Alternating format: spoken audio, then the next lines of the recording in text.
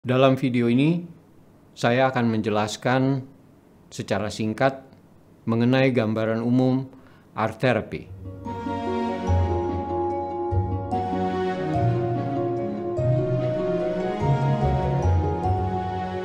Art therapy adalah metode terapi dengan menggunakan modalitas seni, khususnya seni visual, yang meliputi seni 2-dimensional, seni 3-dimensional, dan seni 2,5 dimensional.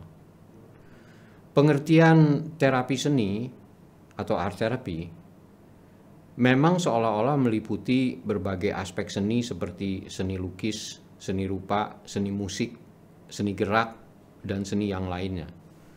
Namun khususnya di dalam konteks art therapy yang lebih diutamakan adalah seni visual ini.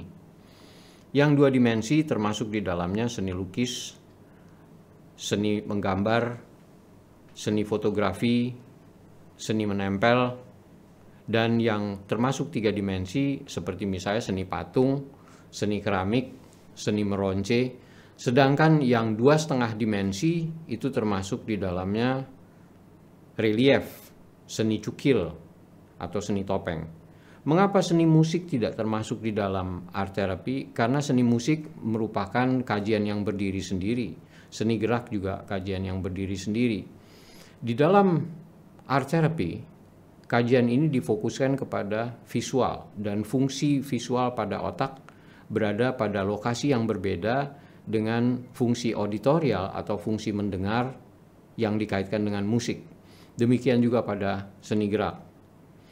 Kalau di dalam seni visual, fungsi di otak yang bekerja adalah lebih banyak occipital atau otak belakang, sedangkan fungsi auditorial pada musik yang lebih banyak bekerja adalah fungsi otak samping atau temporal. Sedangkan pada fungsi gerak atau seni gerak itu lebih banyak difungsikan gugus parietal atau parietal, wilayah parietal pada otak. Seni merupakan aspek kreatif estetis manusia yang tidak didapati pada makhluk lainnya. Aspek kreatif ini dimiliki oleh manusia untuk mengungkapkan diri guna menyelaraskan diri dengan lingkungan. Kalau pada hewan misalnya, kita lihat burung-burung manyar membuat sarang yang begitu indah, kemudian lebah juga menyusun sarang yang begitu bagusnya. Mereka ini dari abad-abad yang lampau hingga sekarang bentuknya sama karena sifatnya instinktif. Sedangkan manusia tidak demikian halnya. Manusia menyusun sesuatu itu berubah-ubah dari satu zaman ke zaman yang lain. Manusia membentuk rumah itu berubah dari zaman satu ke zaman yang lain. Cara penghayatan juga berubah. Dan aspek estetika, aspek keindahan yang ada pada diri manusia itu berubah dari satu ke masa yang lain. Penghayatan dan meresapi keindahan hidup baik eksternal dan internal ini merupakan karakteristik manusia yang tidak ada pada makhluk lainnya. Sehingga aspek seni ini adalah aspek yang sangat manusiawi sifatnya. Konsep art therapy sendiri sekarang sudah berkembang di banyak negara. Di Eropa, di Amerika, ada ribuan rumah sakit, ada ribuan institusi yang menggunakan art therapy. Kenapa namanya art therapy? Seperti tadi saya sampaikan, kegiatan seni ini bermula untuk digunakan sebagai sarana terapeutik atau sarana penyembuhan. Art therapy bermula di Inggris pada sekitar tahun 1939 ketika seorang seniman Adrian Hill mengusulkan melibatkan aktivitas seni, aktivitas menggambar terutama karena dia seringkali menggambar selama perawatan sebagai pasien tuberkulosis di Rumah Sakit King George III di Inggris. Dalam proses rehabilitasinya, Adrian Hill kemudian mempropose kepada para dokter, pada tenaga medis di sana untuk melibatkan aktivitas menggambar yang semula juga diperuntukkan bagi anggota keluarga pasien yang sedang menunggu, pasien yang sedang menjalani perawatan. Tetapi kemudian juga dilibatkan pasien yang sedang menjalani perawatan di rumah sakit, diberikan aktivitas-aktivitas menggambar dalam proses mengisi waktu luang mereka. Setelah sekian lama berselang, aktivitas ini kemudian didapati banyak membantu pasien mengurangi beban psikologis yang mereka alami selama proses rehabilitasi.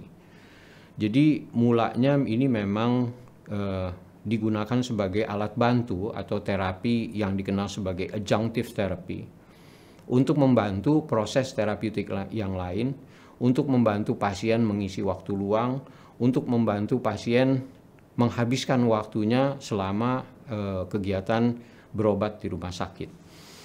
Dan dalam periode-periode selanjutnya, hal-hal ini, kegiatan-kegiatan ini kemudian banyak diterima dan kemudian dikembangkan, dan antara lain dibawa ke Amerika Serikat oleh dua orang tokoh pelopor dari art therapy, yaitu Margaret Naumburg dan Edith Kramer. Margaret Naumburg dan Edith Kramer membawa terapi ini ke Eropa pada sekitar tahun 1946 setelah Perang Dunia Kedua.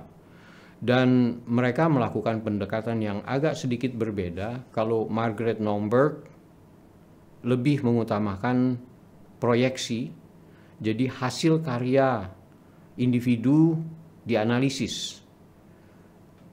Hasil karya individu merupakan proyeksi kepribadian, proyeksi alam ketidaksadaran seseorang yang memiliki makna-makna tertentu, kemudian dianalisis. Apa yang melatar belakangi seorang individu mengekspresikan gambar-gambarnya, lukisan-lukisannya dengan simbol-simbol tertentu. Adapun Edith Kramer lebih kepada menekankan kepada proses pembuatan gambar-gambar itu sendiri. Misalnya kalau gambarnya itu banyak dihapus, gambarnya itu banyak garis-garis yang terputus, atau gambarnya itu kemudian diblokir dengan warna tertentu. Proses ini kemudian diikuti secara lebih seksama oleh Edith Kramer.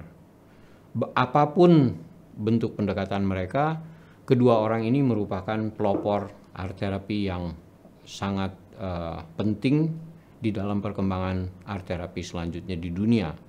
Walaupun bermula dari Inggris, walaupun bermula dari Adrian Hill, tapi kemudian Amerika mengembangkan art therapy ini ke berbagai institusi di sana.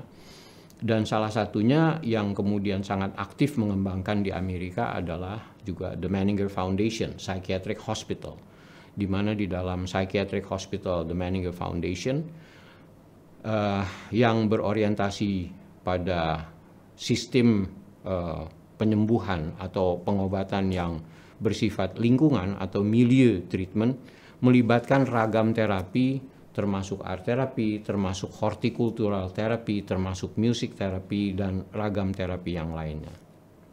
Art therapy berpandangan bahwa individu yang mengalami hambatan dapat mengungkapkan diri tidak hanya melalui proses verbal, tetapi juga proses nonverbal. Dan art therapy merupakan salah satu sarana atau salah satu alternatif untuk mengatasi individu yang mengalami hambatan dalam mengungkapkan diri secara verbal. Melalui gambar, melalui lukisan, melalui seni cukil, melalui seni patung, seorang individu dapat mengekspresikan dirinya melalui karya-karya mereka, dan karya-karya mereka itu seringkali merupakan refleksi dari proyeksi kepribadian, refleksi dari hambatan-hambatan pengungkapan diri yang tidak mampu mereka kemukakan secara verbal. Jadi art therapy juga seringkali digunakan sebagai alternatif dalam psikoterapi konvensional.